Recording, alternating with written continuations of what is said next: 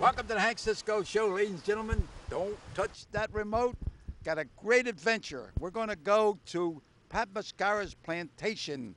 Okay, well, right here, we're at his office here in Lower Providence, and my friend John, who is one of Pat's employees, and he's like a transportation man. And John, I want you to take me to glad to meet you. Take me to Pat Mascaro's plantation. Tell me what it's all about. Hop in the car. We'll go to Booncroft. You'll see the vineyard and the strawberry patches and his spacious, as you would say, plantation. Okay, and like I said, John Doyle's behind that camera, and also he has one of his students from Northtown High School. So, ladies, this is going to be an educational, fun thing, and I would say more important that it's an adventure. I understand. Yes. Daniel Boone's, the place up around here?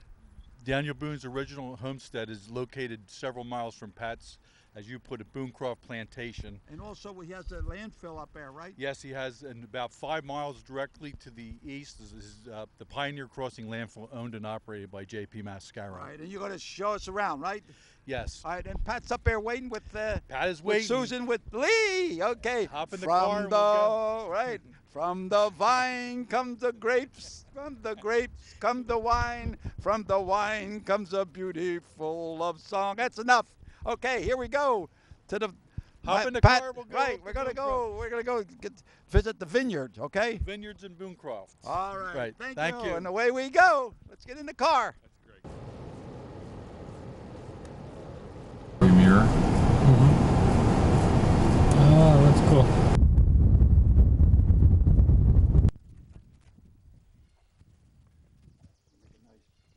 And we go ahead. Hank, welcome to Booncroft. Hey, thank you very much. Right, thank you. Where's Pat? Where's Pat and Lee? Hey! Oh my God! Hey! Cisco. Thank you. Hey, buddy. How you doing, Hank? Come on, let's look around here and see what we got here. Tell me what you want to do. You're the boss. Whoa, okay. Boss. You're the ambassador. Mascaro's plantation. Here we go. Hey, Rock. Hey, Rock. Did you bring your work gloves? Huh? Did you bring your work gloves? Yeah, no. No work gloves. I'm a city boy. Okay, Pat, there's so many things to see here on this plantation. I guess you call it plantation. I was down south one time. I said, what's the difference between a farm and a plantation? And they told me any farm that has more than 14 workers is a plantation. So I would call this a plantation. Don't worry about the help. So, Pat, tell us about this now. We're entering this beautiful estate, tell me all about it. Well, the name of the property is Booncroft, and the name comes from the Boone family, the pioneer, Daniel Boone family. This was one of their original properties. This dates back to 1720. Their first log cabin was here. George Boone III built this house in 1733. This is an original house here. Yeah, we're going to go down and look at that. And there's an original guest house, which is 1780. Okay, the property is on the federal, state, and local register as a preserved property. Property consists of about 150 acres. The estate sits on 10 acres. There's 100 acres up top, and that's separated, bifurcated by the Monocacy Creek. And then over here is 40 acres, which we farm. And farm. What are you going to grow over there? You got a farm over here with the little stuff here. You got the big stuff. What are you going to put over there? Well, we have a How about Babalugi's? Babalugi. Now this is corn and soybeans. Yeah. And you going to do the cooking? Yes, always. We have a big garden here. We have 23, 24 raised beds. I believe we have this year 6 beds of tomatoes, big boy tomatoes, 4 beds of various type of peppers. We have a bed of zucchini, a bed of eggplant. We have 4 different types of enchilada. We have azulagol, we have rosemary, we have bush beans, pole beans, cucumbers. That's what you call vegetable soup. Yeah, But you just showed me a room over here, or I guess part of the barn, and historic. yeah. This is a 3-bay. Everything is stone. You saw the beams in here. These are all original buildings. There's a bank barn here that either would handle 100 head of steer or 100 head of cow. Again, there's smokehouses here. You don't have 100. No, we got plenty to do. It's We don't- room for it. Yes, it has the accommodation capability for 100 steer or 100 cows. We use the property, Susan and I, as a family retreat. As you know, we live down in Montgomery County. What's the name of this town here? Tell me what the location, where we're located. This is Exeter Township, which is the center of Berks County. Exeter Township is a community of about 35,000 people, about 8,300 homes, and it's typically a very dense community. This is the pastoral bucolic aspect of the township. The township typically doesn't look like this. The adjoining township here is Oley Township. You may have heard of the Oley Valley. That's a historic, fertile area. Most of the farms in the Oley Valley are preserve farms used predominantly for agriculture. Again, this is a certified property from a federal, state, and local aspect, but it's not preserved. That Susan and I and our family, we couldn't develop this property. Obviously, we have no interest in doing that, but we have the capability to do that. How did you find this place, or what got your interest in this about the growing grapes and stuff like that? You grow up on a farm? No, we didn't grow up on a farm. Yeah, how'd you take this interest? Well, obviously our experience with wine, coming from an Italian household. You want to eat vegetables. We're not unfamiliar with drinking wine, and quite frankly, the wine we really enjoy drinking is homemade wine, and most of the wine that friends of us give us is homemade wine. And did a little research, and most of the people, obviously, that make wine buy the juice. We, typically when we get involved in something, we like to get involved. You're gonna you have a place over here where you're gonna squeeze the grapes. We have everything you need to have here, but most important. You're gonna show it to us? Yes, we will. But most importantly, what we have here is we have a 322 vine vineyard. We have the capability to make about 600 to 900 bottles of homemade wine. Right. And that's really the challenge. The wine gladdens the heart and mellows the mind. I don't know. That's an old. That's what they said. I don't know. Sounds Sicilian to me. We're color. So from the vine, let's come on. Show me the place here. Come on. I'm going to talk to one of Pat Mascaro's right-hand man. Pat could be the nicest guy. He could be a hard worker. He could be this, that, but he had to be surrounded by good people, and that's the name of the game. He has help here, so dedicated. This beautiful setting here, and one of his helpers here, I'm going to interview him. It's Bob and Weaver here. Tell me your name. Tim Lau. What? Tim Lau. Oh yeah? Yeah. Where you from? I'm originally from Ohio, but I live in Schwanksville now. And you come here? Every day. What do you do here? I oversee. You oversee what? What has to be fixed. Everything. I mean, you take care of any kind of maintenance and stuff like that, right? Maintenance on the And property. I guess and Tom Cook, you bob and weave with him, right? All the time. Yeah, He normally hits me with a left hook, though. So what do you think of this? How long you been here? 18 years. Yeah. Yeah. Oh my God.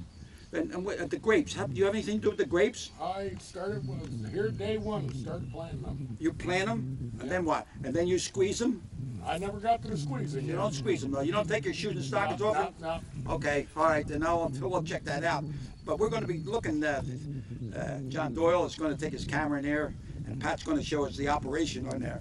So it's really, so are you happy here? Always. Well, why would you be unhappy with so beautiful weather here? Beautiful plantation. I call it Mascaro Plantation. It's definitely a plantation. It's a plantation up north. Most of the plantations down south. But they all went broke.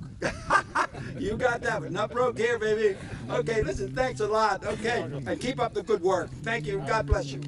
Right. All right, I want you to meet Tom Cook, who, like I said, Pat Mascaro has a right hand and a left hand, and this guy's a two-handed puncher. This guy, he's everything. He's at the Columbus Monument, helping keeping that going, and now he's up here, this beautiful plantation. I'm going to keep calling it plantation, Mascaro Plantation in the north.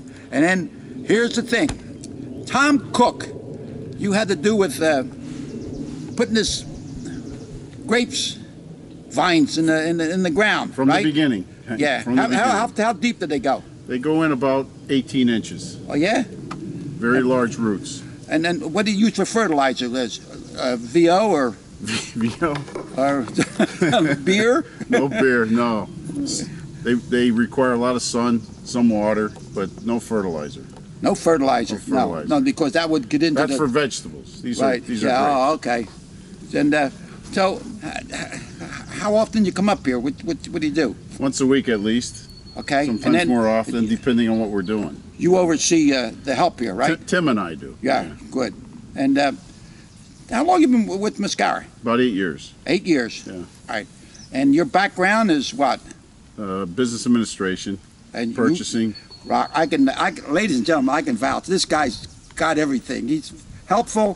He's reliable. If he says he's going to be out, the Columbus mine, he's going to take care of it, and he takes care of it. And right here, this beautiful scenery here. The place is just gorgeous. Very See those peaceful. fancy words I'm using. Very peaceful. Very peaceful. Yeah. Now tell me. Are you moving in? Well, I'll love to, you know. I got to come and visit you once in a while, you know. It's a good training camp. I get the heavyweight champ of the world here, work out. Perfect. Right? Perfect. Yeah, he got a place to run. He got a place to bob and weave, slip and Yeah, slide. Put them right in the vineyard to work. Right. Now, how about the vegetables? You take care of the vegetable too? No, Tim handles that. He does. Tim In other handles words, that. each guy has his own. Yeah. Just the consumption of the vegetables. Oh, okay. And you make pasta fazool? Pasta fazool. You got it. Hey, listen, Tom, it's been a pleasure. And we were always working together with the Columbus Monument, and Pat has a lot of good ideas coming up, and it's going to make Norristown a tourist attraction. So You got and it, this Rock. this is a tourist attraction here because what Pat was talking about, this is a historic place, you know. George Boone. George Boone? George Boone. Yeah. And he's the guy with that cap, right? He's the grandfather.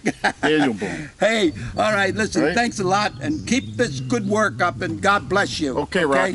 Right? All right, Thank God you bless very you. much. How about Tom? Okay, here we have another guy. You have a left, you have a right, and you have an uppercut. He's the uppercut man, okay? So, what is your name? Tom Biddy. What? Tom Biddy. Beatty. Biddy, B-I-D-D-Y. Oh, yeah? Yeah. And where you from? Phoenixville. Phoenixville. Well, you're not too far away. No. No. And what's your background? Were you born on a farm? No. You're a city boy? Nah, country boy. A country boy? Yeah. Okay. What do you do when you come here? What is your job? I'm basically the caretaker here. You're caretaker. You take care of what? Take care of the vineyard. The vineyard. The vegetable vineyard's where the garden. grapes are. That's number one. You ground sample them, do you? Nah, not yet. Not yet. A couple more months. And what else do you do? I do the maintenance on the buildings and everything around here. Well, let me tell you, Groundskeeping, maintenance. John Doyle is here with a camera, and we've been taking shots of different things. And this place is immaculate, It's beautiful. and it's everything. So I have to give you credit for the help that he has here. Very dedicated help. And so, how old are you? I'm 42. 42. You look like a teenager. I She still act doesn't know like what one. it is. It's just it's, fresh air you're getting up in here. Yeah, You know, we don't God's charge you for the country. fresh air, you know. that's I'm glad. I'm getting a lot of it. So how about Pat? Is he a good boss? Yeah, very nice. Very Takes nice. care of you? Yep, very nice. That's good. Very happy to be working here. Right. And how long you been here working here? I've been here about 3.5 months or so. 3.5 months. Yeah. You going to stick around? Yes. Are you sure? Yeah. Okay. Like it here. All right. Now, what do you like best to doing here? What do you like best about it? What makes you the feel peacefulness, good about it? The peacefulness, the nature, What? the nature out here, the peacefulness, and it's beautiful. All right. Beautiful Good. area here. Okay, listen, you keep up the good work, and you're doing a great job here keeping this place intact, okay? Thank you. Okay, very much. thank you, and God bless you. And keep bobbing and weaving, okay? I should have been weaving when I was bobbing.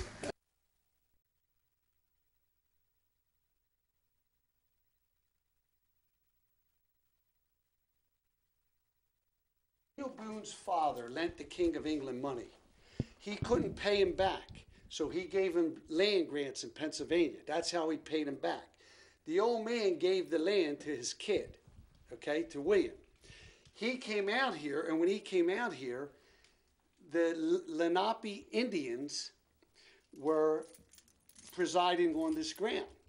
And even though he owned the land, he had the grants, I researched this, he went and negotiated with the Indian chief of the Lenape Indians. He paid them for the land, even though he owned it. That's the ship they came over on, the Concord. 1683 they came, right? Right. Now, I'm in a local antique shop maybe 2 years after I had that commission painted, and I find this. And what this is, it's depicting that. You see the ship? Oh, my God. And you see the year? And that's obviously in Dutch or German or certainly isn't Italian. No. You understand? That's depicting that. I know this says America. Yeah. No wonder they're giving you an award. You're playing, smart. I think they were. I think they were playing Mudra. Say ye, quattro. One thing about Pat Mascaro, man, when Pat invites you someplace, he wants to tell you about Daniel Boone and the history behind this place. The Daniel Boone hat, okay? And you know, years ago, they don't wear these too often, but this is a little derby. My pop used to wear one, okay? So it's classic. So here we are, and with Pat Mascaro and his beautiful wife, Lee, known as Susan. So this is so wonderful. Look at this fireplace. Over here you can cook. You can hang your chickens over here. You can put the ham over here, and you put the bacalao over here. You know, keep everybody happy. So there's so much more to see here. So Pat, come on, let's roll around, okay? This is going to be the bay that we use to make the wine, okay? Obviously, there's 22,000 square feet of building here, and you can see what we did. We washed this, we sanitized this, we painted this, we put in drains. We're all set up here. The grapes are going to come in. Obviously, we're going to start at the table here. We're going to move to the crusher and the destemmer that we imported from Italy. When we're done with the crusher and destemmer, we're going to go to the primary fermenter. This is where the winemaking process actually works. And what you're doing here with the crusher and destemmer is you're breaking the grape open so that the yeast can work on the sugar in the grape. The basic winemaking process is yeast converts the sugar into alcohol, which is ethanol and carbon dioxide gas. That's what the process is. So anywhere from 7, 10, 12, 13 days in the fermenter, then it goes over here into a press. That's a ratchet press. Again, that was imported from Italy. And then at that point, we're transferring or racking the wine. We're either going into demijohns or we're going into oak barrels. As you can see up top, we have a lot of inventory of barrels. We have a lot of 30-gallon American oak barrels. We have a couple dozen 15-gallon demijohns. And then when we're all done with the process, we have a custom-made wine storage room. This room is all made interior and exterior out of brick. Everything is brick. Everything has been filled with vapor barriers that contain the climate here. This will be a control. There'll be a controlled unit here and a dehumidifier here. So what's the benefit of the brick, Pat? Well, this is obviously the ultimate. You know, you want to be using materials that are going to give you the most consistent temperature. That's what it's all about. This is designed to be at 57 degrees Fahrenheit. And we're going to probably be pretty close to that from a normal standpoint, the way we constructed this thing, but we will be putting in a climate control unit to control that temperature. That should be here any day. This is designed here, right here, for 330 gallons. So you got 90 gallons there. You can see this is 15. You can you could probably put 90 there. No, this is more than what we need. But we have about 1,000 bottle wine cellar on the property, but we didn't want to have to move the wine out of this bay and subject it to any kind of external temperature. So this was just recently built, this room here. And we're pretty much set up now. The emphasis has to be on getting the type of grape that we need to have. Obviously, from what I've read, winemaking is kind of a lot like cooking. If you're going to achieve success with cooking, you need good ingredients. If you're going to achieve success with wine, you need good grapes. Yeah, we're not, we're not going to obviously have dozens and dozens of people working in this wine process. I think there'll probably be 6 or 8 of us. Yeah, so it's as much spending time together doing the act as it is the rest. I think that's the whole thing. It's kind of an extension of a vegetable garden. We have a nice garden at home, and we have a nice garden in here, and half of the enjoyment is, it's like anything else. You sow the seed, you reap the benefit. It's, to me, a vegetable garden and a vineyard is no different than doing business. The best business result comes from a lot of preparation and planning and execution. So to me, and that's the approach we have with the vineyard. We're by no means experts, but we really do have a genuine commitment to try to do things the right way. And we have spoken to many people, and it's really interesting because, there's a saying, if you speak to 10 winemakers, you'll get 11 different answers. But there is a lot of common ground. There is a lot of common ground. People have different theories in the process, but it's like most things. There's certain fundamentals that you have to have. You have to have sanitation. You have to have sanitation. You obviously can't have bad grapes going into the fermenter.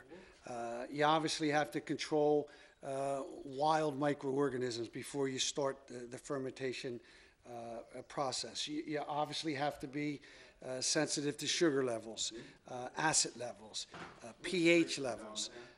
Obviously, you have to look at the brix or sugar level before you go into fermentation. You can't go there prematurely. Making red wines, which we're doing here, we have 4 varieties. And as I said previously, all our varieties are European varieties. They're not native to Pennsylvania. That's why they were cloned or made in a hothouse for the first year in upstate New York. So we have basically 4 varieties. We have the Sangiovese grape, which is the predominant grape in Italy. There's over 120,000 acres of that grape in Italy, and that's your super Tuscans. That's the stuff that comes out from around Tuscany, your Chianis, your Brunello Montalcinos.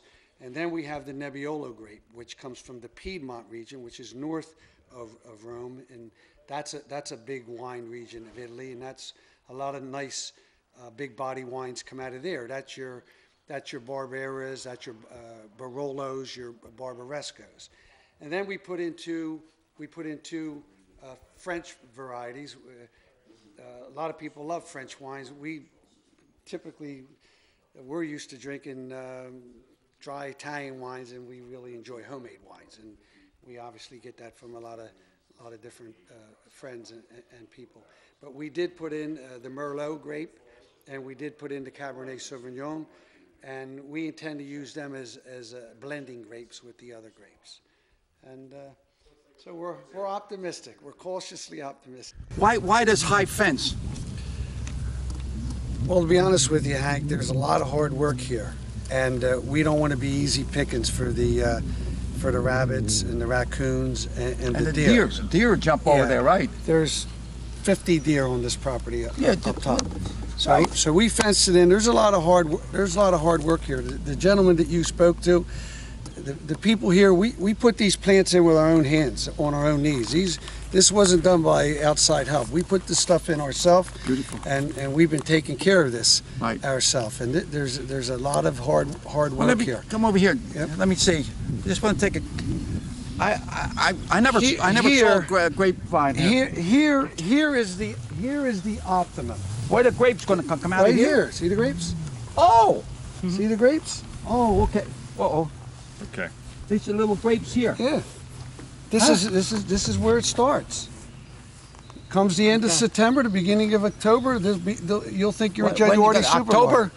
Yeah, You know probably what? October. You mean, in other words, the grapes will be here in October?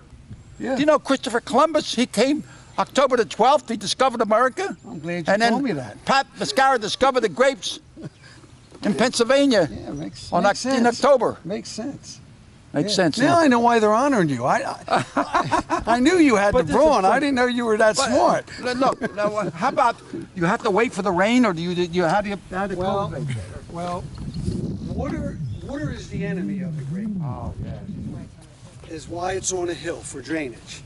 Oh, I didn't. Yeah. You know what? You just brought a good point. Because I was in Italy, I see all this here on the side of a mountain and all. I Right. said, where the hell do these guys go up and down? They're going to fall down. Yeah, grapes are the opposite of vegetables. The only thing synonymous with vegetables and grapes is the sun. They both love the sun. Vegetables love water. Grapes only need a minimum amount of water. Wow. Vegetables love organic materials. I didn't know that. Grapes don't like organic materials. Organic materials give you foliage. We need fruit. We need grapes. Oh. You understand? See, insects you can rehabilitate. You can rehabilitate. In other words, if you get insects on your vines, you can rehabilitate it. You can't rehabilitate what they call powdery mildew. That comes from surplus moisture. Most people think that the weeds, the reason you get the weed out is because it's depriving nutrient of the plant. That may be true, but with grapes, that's not really what you're concerned about. Weeds give you surplus moisture, and when moisture doesn't burn off, properly over a certain period of time, you get mildew. Once you get mildew, the grape growing process is over. You can't rehabilitate it. So you have to spray religiously every 7-10 days from a preventive aspect. The reason we put the roses in, they do this in Italy. The same potential issues that grapevines are susceptible to, the roses are. The only problem is they'll come to the roses prior to the grapes. So this gives you a heads up that if you see that you got something that might be emanating from the rose that's detrimental, that tells you to get over here immediately with your maintenance program. Typically we're here every 7-10 days. Tim literally built a custom spraying unit to come in here. What used to take us an hour and a half to do, we do in 25 minutes now with a motorized unit. But it's like everything else. It's a learning process. Well, and there's different kinds of grapes. So white grapes, red grapes. These are all red grapes. They're all red. There's 4 varieties here. Yeah, red grapes, red wine. You don't have to refrigerate. You refrigerate white wine. Is that what they say? And white wine for fish and red wine for meat. Is that right? That's what they told me. The books tell you a lot of things. And then we say drink what you like to drink and then, eat what you like to eat, and put the combination together what you like. What? I don't think you have to drink white wine with fish. I mean, That's what they say. yeah. Well, the books say a lot of things. Yeah. I say you drink what you want to drink when you want to drink. Yeah, but Pat, where's John come? Where's John? Oh, John Doyle. Yeah. Always remember, a meal without wine is like a day without sunshine. Makes sense. Okay. Yeah. So this You have 4 variety of Well, grapes. wait. here. Let's start from the beginning. When did you plant this? What? How long have they been in there? They were in a hot house in New York for 1 year. Okay. Because these are European grapes. They're Okay. not native to Pennsylvania. Right. They were grafted. You see the graft? They were grafted. See how they were made here? Oh. Okay? And when these went into the ground, there was a 3-inch rootstock above the ground, and there was about 18 to 24 inches of root. Okay? Oh my God. So last year on April 23rd, we put these in the ground. And by the end of the season, these things were about 72 to 74 inches. And then we cut them back. And you can see how we're training them. See? See how we're training? These are cordons. Oh, okay. These are trunks. These are cordons. These are spurs. Okay? We have an upward trellis system. Over here, this is what you're shooting for. Okay? We haven't had a lot of sun yet this year, so you know the growth has been somewhat slow so far this year. But this is the ultimate, what you're trying to accomplish right here. And then what we'll do is we'll clean all of this off because this is non-productive. Everything up here is where the grapes are going to come from. We'll clean all this off. Now we're not cleaning them yet because we're not sure what we're going to achieve with each individual vine. And if we don't get the growth we want up here, we're going to have to rely on something from the bottom for our future growth. So we think in about 30 days, the vineyard will look entirely different than what it looks now. We think it'll look pretty much like this. Maybe when it gets off, we'll take a ride up here again and shoot it again, see what's what. And then maybe when you're smashing the grapes, you have a day when you smash the grapes, right? Yeah, you'll be here because you're a smasher. You're the Brooklyn smasher. Yeah, I got smashed. I got smashed when I was boxing. But you have four varieties of grapes here. You have the Sangiovese grape, which is the Chianti grape and the predominant grape in Italy. Okay. Right. Then you have the Nebbiolo grape, which is from the Piedmont region of Italy, north of Rome, and that's where a lot of your Barolo wines and Barbaresca and Barbera wines come from. And then you're looking at the Merlot grape here, and all the way at the bottom is the Cabernet Sauvignon. We put them in to kind of have a blending grape so that we can blend two grapes together. Susan and myself, we pretty much drink dry Italian wine, right? What helped you give him? Just I help keep him alive. huh? I help keep him alive. Yeah, but well, how about your interest in this? What do you like most about this whole operation here? What do you enjoy when you come up here? Looking at it, it's beautiful. Just you got that. You know, that's a good answer. Just the look and feeling, it's great. Rather than say that it's great. Who told you to tell that? Did you tell her to say that? She forgot what I know. Yeah, well, you're really doing. Listen, it takes a team. It takes a team, and it also obviously. Now, not to be too inquisitive, but approximately how many plants you got out there? We have 322 vines, and depending on the yield, we expect to get between 600 to 900 bottles of wine. And everything is put in with a predetermined orchestrated method. The vines are a certain distance from each other. The rows are a certain distance from each other. They're on a slope. We stopped at a certain point of the slope because there's a thermal zone, and when things get cold, because climates get cold in this part of the country, you know, the cold air could create a problem for you. So everything has been predetermined here. We didn't shoot from our hip here. I can see that. Obviously, you described every bit of it, you know, and that's, you know, I tried to make wine one time with a guy who was a principal in Northtown High School, and it turned out to be mud. You know, I didn't know you had to season. They put it in a barrel, and I didn't know you had to season the barrel. And then when he put all the wine in the barrel, it starts leaking through the cracks. So that was my experience. Forget about it. I don't make it. So this is so beautiful. Is there anything else you want to tell me about this beautiful landscape here? No, the only thing I'd like to say is how thrilled I am that you came up here, because this is really an important week for you. You're gonna be honored this Friday by your peers, the Italian Americans, and you know, I personally have known you for over 35 years, and I've always had tremendous respect and admiration for you. Well, and you know, I think you're a stand-up guy, and I'm finally happy that a lot of people will get to know firsthand the contribution that you've made to the community. As far as I'm concerned, you know, you're what I call 24 karat. That's pure gold. Yeah, but you're throwing bouquets at me. I want to throw bouquets at you. You are an example of an American hero, okay? And we talk about heroes here and here, but what you've accomplished in your life through your family. It's an example of what this country's all about. And I'm so happy that I was able to meet you and be friendly with you, and you're such a charitable man, help people at all times. So, and when you say hello to somebody in the beginning, it's just like when you're leaving, you're saying goodbye. It's just like friendship, and that's so important today. We need that. And just a happy couple, right? Here, here. And then I'll sing the song. From the vine come the grapes, from the grape come the wine. That's all. You're a good man, Hank. We'll sing. I don't have all the words. Shall we sing it together? All right, let's sing I'm it not together. a very good all right? singer. All right. I'm not a Wait a minute now.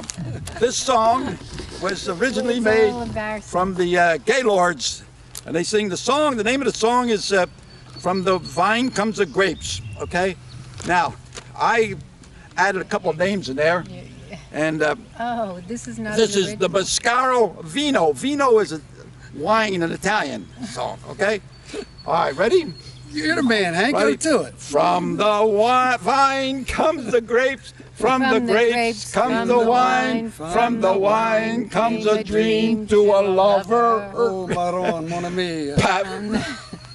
Pat was back with Lee on the Isle of Capri with a million stars shining above her. Amore. Once again he romanced, and they kissed and they danced, and even wedding bells chimed. From the vine comes the grapes, from the grapes come the wine, and for Pat Mascaro, a wonderful time.